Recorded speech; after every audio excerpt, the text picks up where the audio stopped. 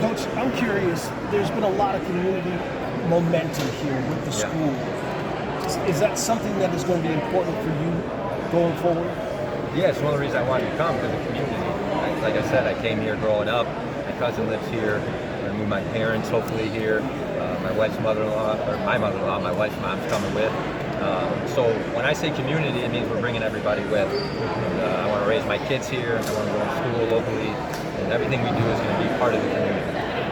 The worst thing we can do with all this momentum and all the fans is slow that down. So I know how important that is. Kids want to play in front of great crowds. So the fact that we have that right now makes the community a big deal. Coach, how challenging is it to just to come in and try to create fast relationships? And you talked a lot about the players there, and to keep them, blatantly out of the transfer portal and try to keep the team together. How challenging is that process?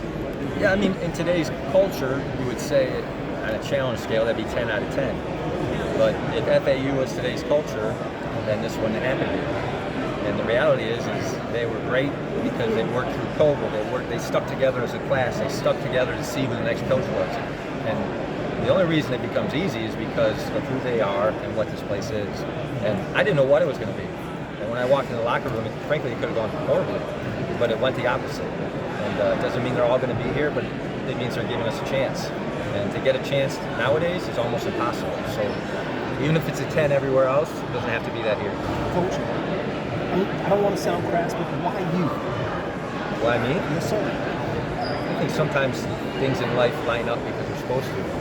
And most of the time in this profession, you get where you need to be because of relationships. And the reality is that the White family throughout athletic sports as a whole has been instrumental. Ryan's whole family are athletic besides the coach. And they know a lot of people. And so what happens in these deals is everybody wants the job, and then they start calling around. And to be honest, I think I have this job because of what other people said about me. And I think hopefully 80% of this was done before I even started my interview because the people that I loved me back. And I think that's what it was. I just got lucky with a good coaching tree.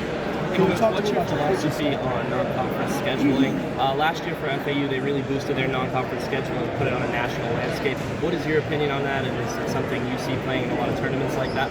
Yeah, scheduling is super important. It's one of the things we're going to address this week right away. What you do before Christmas is a big deal. Obviously, when you come off the Final Four, you want to schedule that way. Last staff did a great job of that. I did scheduling for Mark Few at Gonzaga, so I have a good handle on the landscape of that. I understand how the net works.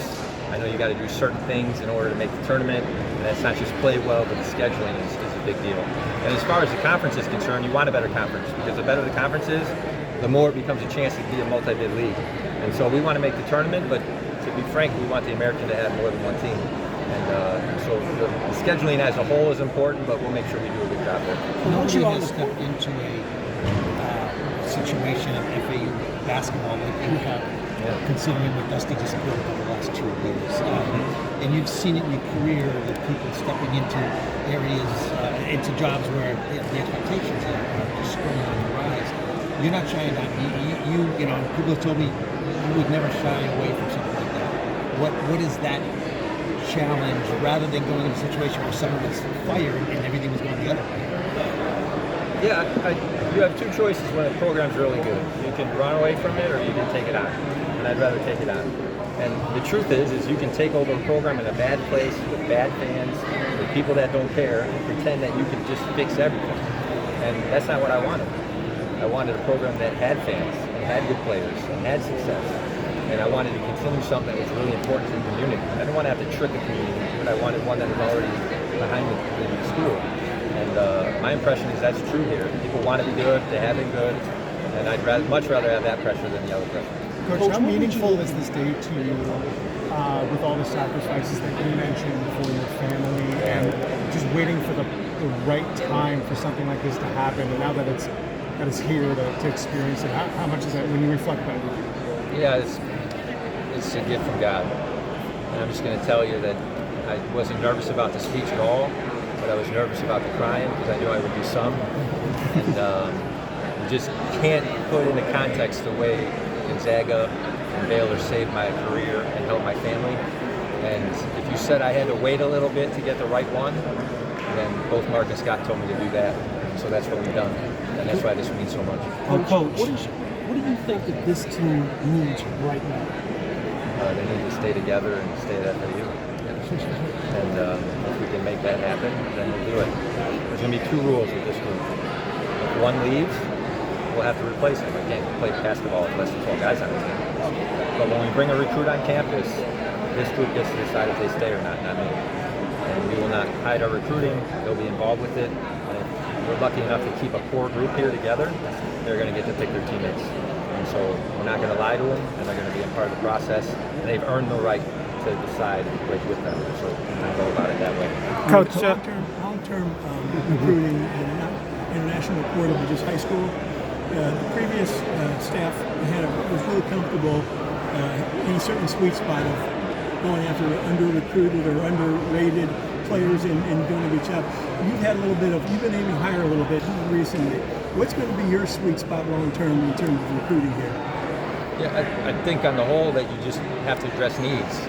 I would say if you just look at the guards at Baylor, for example, the ones that have gone pro or were All-American. Adam Flagler had no offers. He had one offer at Presbyterian out of high school. Mason Teague played point guard at Asheville and had to transfer up. Davion Mitchell was top 50 and then had to transfer to find the right place. I think more than anything we're going to use our analytical models and the NBA background checks that we do to pick the highest character kid. And character means a lot more than ranking. And if you look at it, like Jeremy Sohan at Baylor, he wasn't ranked in the top 100. And so he ends up a lottery pick, but he didn't start that way. So maybe people thought he was highly ranked, but he wasn't. And you can find talent in different places. And I know this, international kids love the beach, and we're going to use that to bring some in. speaking of recruits, Coach May recruited talented players for the 2024 class. What is your message to them to make sure they stick around for the long term? I called the 3 Americans last night and talked to somebody really close to the Lithuanian, and he's on a different time zone, but we're going to get him real soon. And I made sure to reach out, and we're not just going to lose a class to lose a class. And I know that the relationship with Dusty is super important, and I understand that, but just like the guys that we got to re-recruit in that locker room, we're going to try to re-recruit that class. 2 more questions. Outside of the recent success that FAU has had, obviously 2 straight tournament appearances and Final Four appearances, what really stuck out about this head coaching job? I felt like I could be myself, and I felt like Brian was giving me a chance to build on a culture that exists, but in a way that reflects what Baylor and Gonzaga has been. And I just worked for 2 guys that didn't go anywhere, and they found a sweet spot. And I just felt like that's what this was. Last question. You mentioned that some of the players may possibly be coming back next year. Have you spoken with any of the previous staff members about possibly coming back to Paradise on your staff? I met with every staff member yesterday. That's the very first thing I did. So I went from interview to locker room with the players. The next morning, by 11 o'clock, I met with each one. So I think that's probably for Dusty to decide on some of that. But as far as being the best person I could and connecting with them, I definitely did that. And we'll see how things fall. And we've already talked to them. So I think I did the very best that I could to honor them and what they know for me. There's a student athlete who had a sign that said, "Fear the beard." What do you think of that? My wife's the one who convinced me to grow the beard, so it's going to stick around for a while. Thank you, Coach. Thank you, Coach.